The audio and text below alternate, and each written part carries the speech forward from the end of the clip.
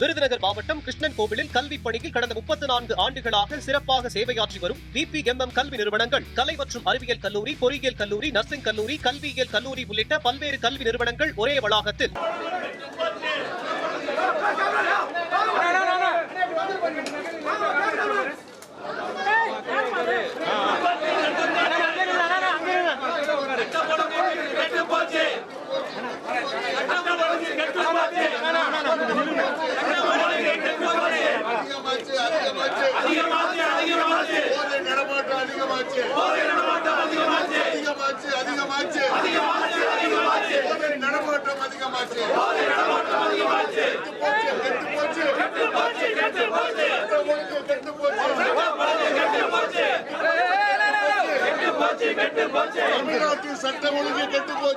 இப்படி தொடர்ந்து போதைப் பொருளால இன்றைக்கு பல்வேறு சட்டம் ஒழுங்கு பிரச்சனைகள் ஏற்பட்டிருக்கிறது.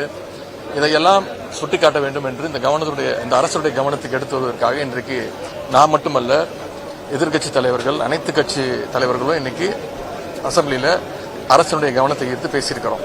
ஆனா இதற்கெல்லாம் எந்த விதமான ஒரு சரியான பதில் எதுவுமே இந்த அரசு கிட்ட இல்ல.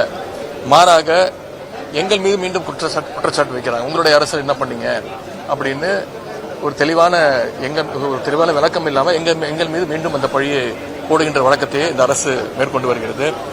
அது மட்டும் இல்ல, நான் பலமுறை இந்த 3 மாதங்களாக சொல்லிட்டு இருக்கிறேன், எந்த துறைக்கு யார் அமைச்சர் என்பதே சரியாக தெரியவில்லை. அதற்கு என்ன காரணம்னா, ஏதோ ஒரு நேரத்தில் அமைச்சர்களுக்கு அந்த அதிகாரம் உண்டு. அரசு பத்தி எந்த ஒரு விளக்கத்தை கேட்டாலும் எந்திரிச்சு சொல்வதற்கு அதிகாரம் உண்டு. ஆனால் இந்த அரசுல அந்தந்த துறை அமைச்சர்கள் அந்தந்த துறைக்கான பதிலே சொல்ல மாட்டேங்கிறாங்க.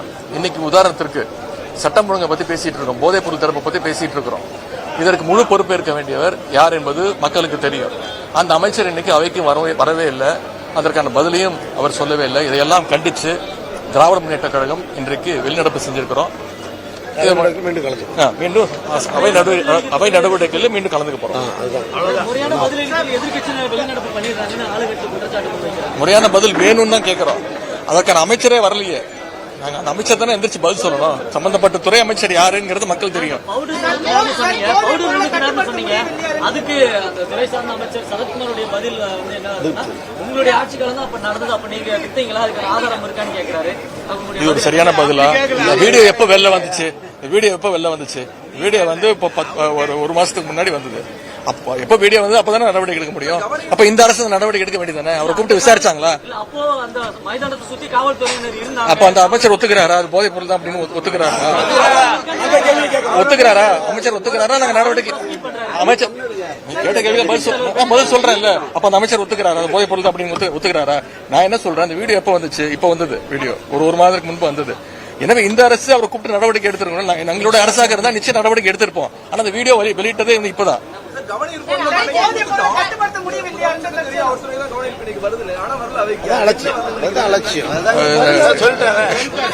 அதுக்கு என்ன காரணம்னு உங்களுக்கே தெரியும். ஏன் அவர் வரல?